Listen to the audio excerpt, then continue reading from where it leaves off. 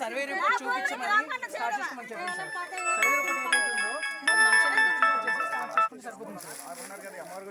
అదే సార్, అదే ఇప్పుడు మీకు కూడా అబ్జెక్షన్ కాకుండా ఏదైతే సర్వే రిపోర్ట్ ఉందో ఆ సర్వే రిపోర్ట్ ఇచ్చేసి వర్క్ చేసుకోమని చెప్పండి. ఇచ్చేమండి.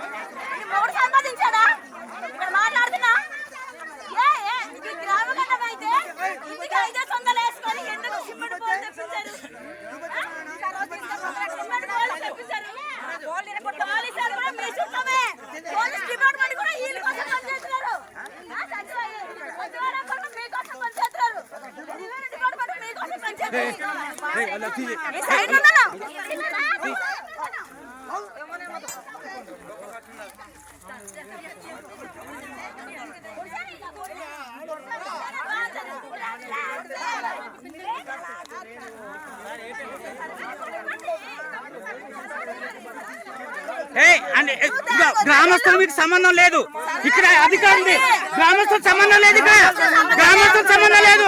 ప్రభుత్వ బిల్లులు ఎక్కడ ఉన్నాయి? ప్రభుత్వం బిల్లు ఎక్కడున్నాయి? నేను పట్టదారుని, నాకు పక్కదారుని, అదే నా పక్క సరిహద్దు గలవాడిని. అదే మరి దీనికేంటి? దీనికేమని చెప్తారు? దీనికేం చెప్తారు? అదే మరి మీరు ప్రెసిడెంట్ దౌర్జన్యం, ప్రెసిడెంట్ దౌర్జన్యం. అదే మరి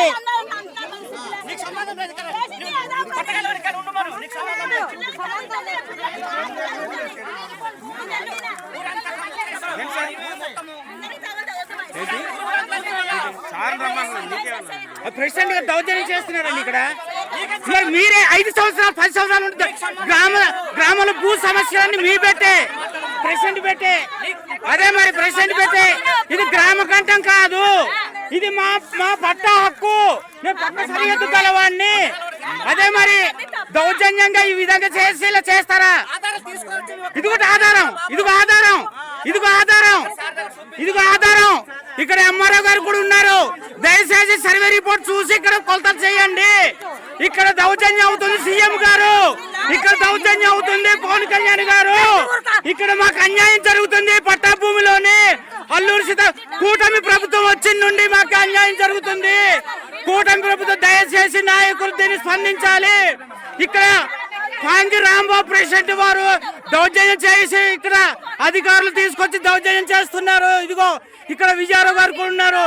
ఇక్కడ చూడండి, ఇక్కడ ఎప్పుడు లేదు, కొత్తగా వచ్చిన ఎంఆర్ఓ గారు ఇక్కడ ఈ విధంగా చేస్తున్నారు.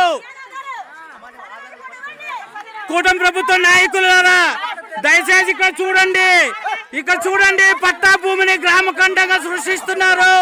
పట్టా భూమిని గ్రామఖండంగా సృష్టిస్తున్నారు. పట్టా భూమిని గ్రామఖండంగా సృష్టిస్తున్నారు. అంటే పదవి కాలం ఇప్పుడు ప్రెసిడెంట్ ఎంపీటీస్ అయిపోతుంది కదా, అందుకనే ఈ ఆతృత. దయచేసి సీఎం గారు చంద్రబాబు నాయుడు గారు మీరు స్పందించండి. ఇక్కడ ఇది కూడా ఎంఆర్ఓ గారు సర్వే రిపోర్ట్ లేకుండా దౌర్జన్యం చేస్తున్నారు.